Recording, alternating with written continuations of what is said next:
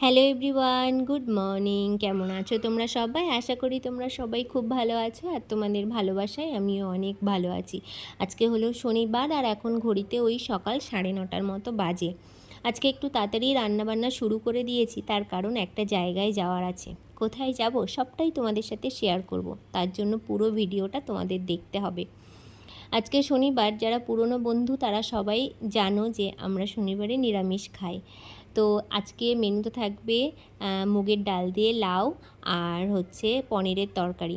এই দুটো রান্নাই আমি করে যেতে পারবো, তার কারণ একটু তাড়াহুড়ো আছে যেখানে যাব বললাম তোমাদেরকে। তো দেখো, পটলটা আর পনিরটাও কেটে নিয়েছি, আর লাউটা ওদিকে ভাজতে দিয়েছি। আর পটলটা একটু পেকে গেছিলো, তাই ভেতর থেকে আমি পটলের যে শাঁসটা সেটা আমি ফেলে দিয়েছি।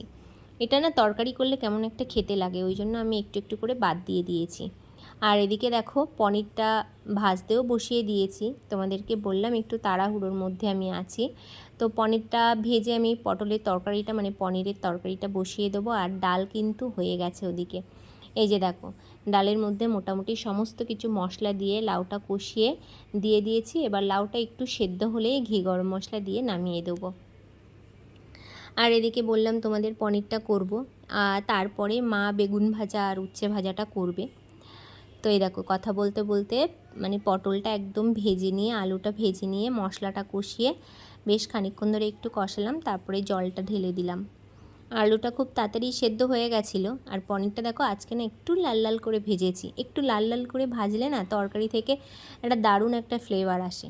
আর এই দেখো, ডালও কিন্তু আমাদের একদম রেডি হয়ে গেছে। আর কোথায় যাব তোমাদের সাথে বলি। একে দেখে বুঝতেই পারছো যে খুব খুশি।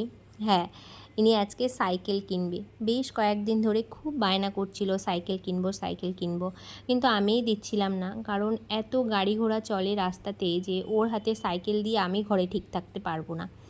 কিন্তু খুবই বায়না করছিল, খুব কান্নাকাটি করছিল, তার জন্য মানে বাধ্য হয়ে এক প্রকার মানে বলতেই পারো যে ওকে সাইকেলটা কিনে দিতে হলো। দেখো কতটা খুশি ও।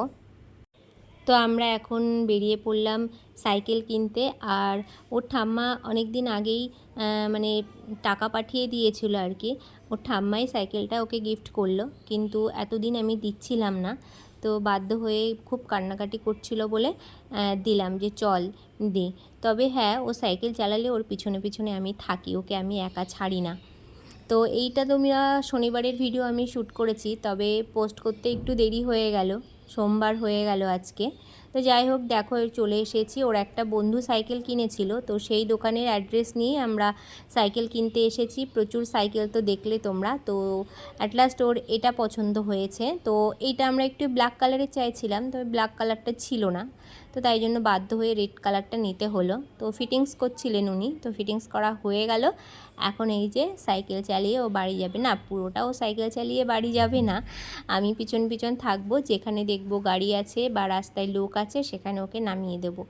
তো এরকম করতে করতে একটু শিখুক, নইলে কোনো দিনই সাইকেল চালানো শিখতে পারবে না। আর ওর যেহেতু ভীষণ শখ সাইকেল চালানো, তো ওই জন্যই আর কি কিনে দেওয়া বিশেষ করে।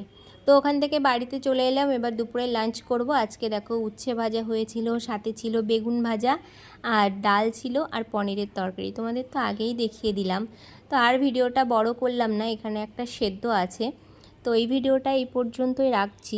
যদি ভিডিওটা ভালো লাগে অবশ্যই একটা লাইক করো, কমেন্ট করো, আর শেয়ার করো। আর কেমন লাগলো আমার ভিডিওটা প্লিজ কমেন্ট করে জানিও।